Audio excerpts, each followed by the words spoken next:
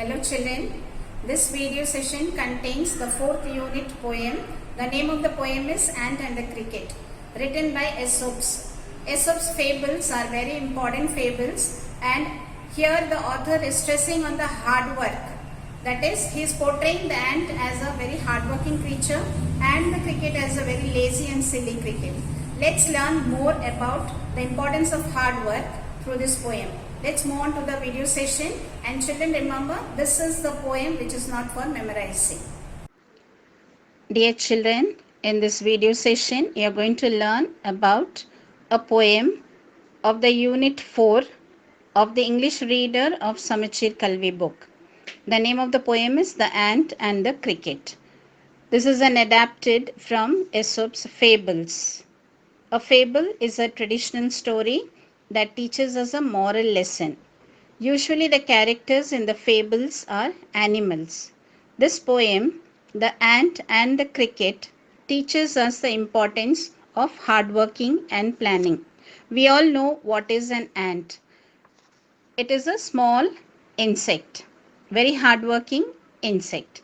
And a cricket is a brown or black insect related to the grasshopper's family but with shorter legs. It is a small insect that produces short, loud sounds by rubbing its wings together. Dear children, remember that this poem is not a poem for memorizing. Now a few words about the author. Aesop's Fables is a collection of fables credited to Aesop.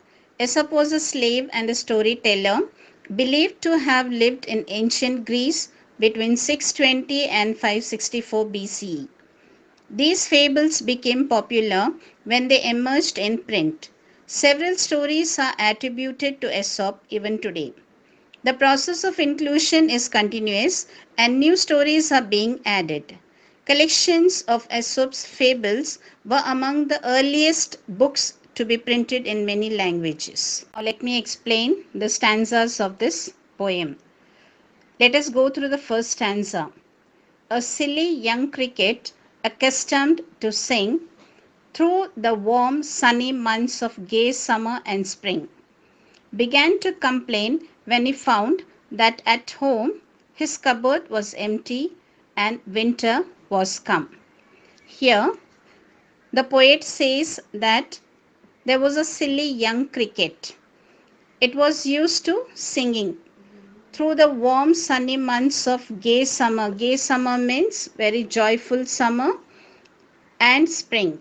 So the cricket always spent his time by singing, and it began to complain when he found that at home his cupboard was empty and winter was nearing. Winter has come.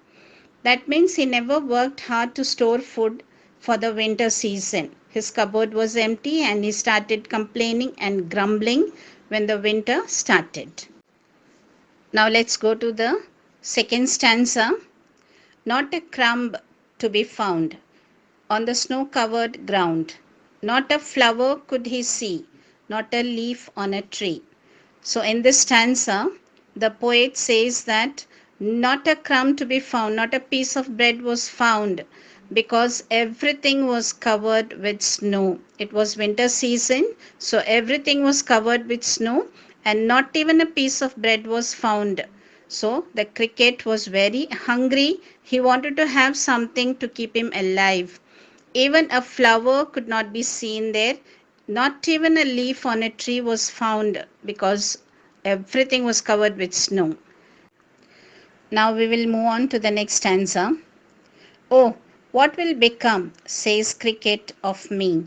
At last by starvation and famine made bold, all dripping with wet and all trembling with cold. Away he set off to a miserly ant to see if, to keep him alive, he would grant. In this stanza, finally deprived of hunger and starvation, he was very wet and cold. The starvation and famine means scarcity of food, made him very bold.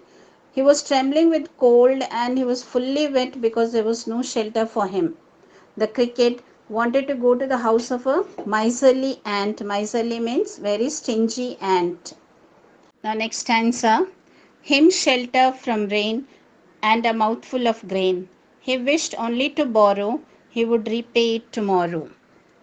Here, the cricket wanted to know if the ant would lend him a shelter from the rain and a mouthful of grain to keep him alive. He promised that he would repay the ant as soon as he could. He was sure to die of hunger and pain if he didn't do this help to the cricket. Next stanza. If not, he must die of starvation and sorrow, says the ant to the cricket. I am your servant and friend, but we ants never borrow, we ants never lend. But tell me, dear cricket, did you lay anything by when the weather was warm? Quoth the cricket, not I. The ant said to the cricket that he is his servant and friend. However, ants never borrow nor lend. He asked the cricket why he did not store even a single grain of food when the weather was warm. Here is the next stanza.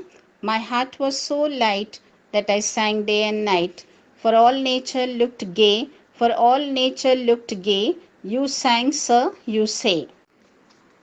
When the ant asked the cricket why he did not store even a single grain of food when the weather was warm, to such a stimulating question, the cricket carelessly replied that he sang day and night as his heart was light and happy and hence never thought of storing food. The ant disapproved the cricket's reply and told him to go and dance the winter away. Last stanza. Go then, says the ant, and dance the winter away. Thus ending, he hastily lifted the wicket and out of the door turned the poor little cricket. Folks call this a fable. I will warrant it true. Some crickets have 4 legs and some have 2. The ant disapproved the cricket's reply and told him to go and dance the winter away. Thus, completing the conversation, the ant quickly closed the door and turned the poor little cricket out of the house. People call this a legend, but the poet says that he assures it is true that some crickets have 4 legs and some crickets have 2. The poet is comparing the lazy crickets to the 2-legged creatures, the human beings. The poetic device metaphor is perfectly used to fit into the situation. Everyone knows that crickets have 4 legs, but he says some have 2 to compare the silly cricket to the 2-legged human beings who sometimes are as lazy and silly as the cricket in this poem. The poet wants to suggest that this story is not entirely a fable, rather, it is related to the real world. Surely, some people are as careless and lazy as the cricket is. Likewise, some human beings, like the cricket, also don't plan out for the future or for the bad times. They just enjoy the present moment. The poet is thus calling such people as mindless as the cricket. Now, children, let us take a quick glance at the literary devices or the figures of speech used in this poem. So, here in the first stanza, a silly young cricket accustomed to sing. So, in this line, the figure of speech used is personification because here the cricket is compared to human beings. It is compared to human beings because the writer says that the cricket is used to singing. Only human beings sing. Okay, so it means that cricket is personified here. Through the warm, sunny months of gay summer and spring. Here, the figure of speech used is alliteration. You know why the alliteration is used here?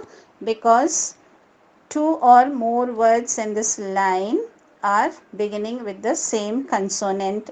That is, the consonant S is the beginning letter of 2 or more words. The words are sunny, summer and spring. So these 3 words begin with the same consonant, that is S. So that is why the figure of speech used here is called alliteration. Began to complain when he found that at home his cupboard was empty and winter was come. Again, the figure of speech used here is personification. And the rhyme scheme used in this stanza is AABB. That is, the last words of the first two lines are rhyming with each other, and the last two words of third and fourth line rhymes with each other. That is, sing, spring, the rhyming words, and third and fourth last words of these lines are rhyming words. So again it is BB. So the rhyme scheme is AABB. Let us look at this stanza. Not a crumb to be found on the snow-covered ground, not a flower could be seen, not a leaf on a tree. Here the rhyme scheme used is AABB. Already I have told you children that always use small letters for writing the rhyme scheme. Here the first line last word is found and the second line last word is ground. Found and ground both are rhyming words. So the same letter A is used for both the words. Now third line last word is C and fourth line last word is tree. C and tree are rhyming words. So the next letter B is repeated here. So the rhyme scheme used here is AABB. Now look at this stanza. Oh, what will become, says cricket, of me, at last by starvation and famine made bold, all dripping with wet and all trembling with cold. Away he set off to a miserly ant to see if to keep him alive he would grant. So here, first two lines, the figure of speech used is personification. Oh, what will become, says cricket, of me. So here personification is used. At last by starvation and famine made bold. So again here starvation and famine are personified. So again the figure of speech is personification. Now look at the third line. Here we have the figure of speech used, that is alliteration is used here. You know why? Some of the words, that is more than two words, begins with the same letter, that is W. Now take with, wet, and then again with is repeated here. So these words begin with the same consonant, that is W. So the figure of speech used here is alliteration. Away he set off to a miserly ant. So here again personification is used. Now let us look at the rhyme scheme which is used in the stanza. Now look at the last words of all the lines. Me, bold, cold, and grant. So if you look at these last words, me is not rhyming with any of other last words. So letter A is used here for starting the rhyme scheme. Now bold, cold both are rhyming. So next letter B is used here. And then ant and grant both are rhyming words. So next letter C is used because ant and grant is not rhyming with any of the above last words. So the figure of speech, the rhyme scheme used here is ABBCC. Next answer. Him shelter from rain and a mouthful of grain. He wished only to borrow, he would repay tomorrow. So the rhyme scheme used here is AABB. Look at the last words of all the lines. Rain, grain, borrow, tomorrow. Rain and grain both are rhyming words. So letter A is repeated here. Borrow tomorrow doesn't rhyme with the first two lines last words. So next letter B is used for writing the rhyme scheme. Borrow tomorrow are rhyming words. So letter B is repeated here. So the rhyme scheme is AABB. Now children, look at the next stanza. If not, he must die of starvation and sorrow. Says the ant to the cricket, I am your servant and friend, but we ants never borrow, we ants never lend. But tell me, dear cricket, did you lay anything by when the weather was warm? Quoth the cricket, not I.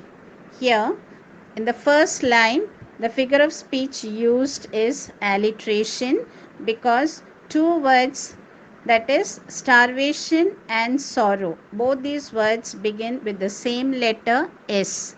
So the figure of speech used here is alliteration. Now look at the second, third and fourth line. Here ants and cricket are personified in these lines. So all these three lines, the figure of speech used is personification. Now look at the last line of the stanza. When the weather was warm. Here these words begin with the same letter, that is letter W. The words which begin with the same letter W are when, weather, was, warm. So again the figure of speech used here is alliteration. Now let us take a look at the rhyme scheme used here in the stanza. Now look at the last words of all the lines. The first line last word is sorrow, second line last word friend, third line last word is lend, fourth line last word is by, and fifth line last word is I. So here sorrow, that is the first line last word is sorrow. It is not rhyming with any of the other lines last words. So we begin the rhyme scheme with the letter A. Now second and third line last words are rhyming. That is friend and lend. Both are rhyming words. So next letter B is repeated.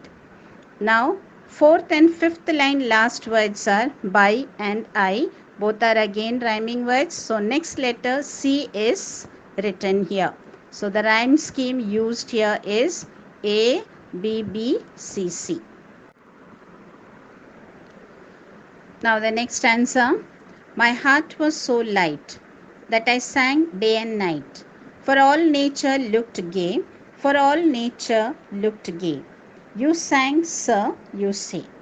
Now here, first line, second line and fourth line. The figure of speech used is personification. Because first line, my heart is personified. Then I is personified here. Then you is personified in the last line. So the figure of speech used here is personification. Then the rhyme scheme which is used here is light, night. That is the last words of first two lines are light and night. Both are rhyming words. So we begin the rhyme scheme by using letter A. Now gay and say, these two are the last words of third and fourth line. So here letter B is repeated. So the rhyme scheme is A, B, B. Let's take a look at the next stanza. Go then, says the ant, and dance the winter away.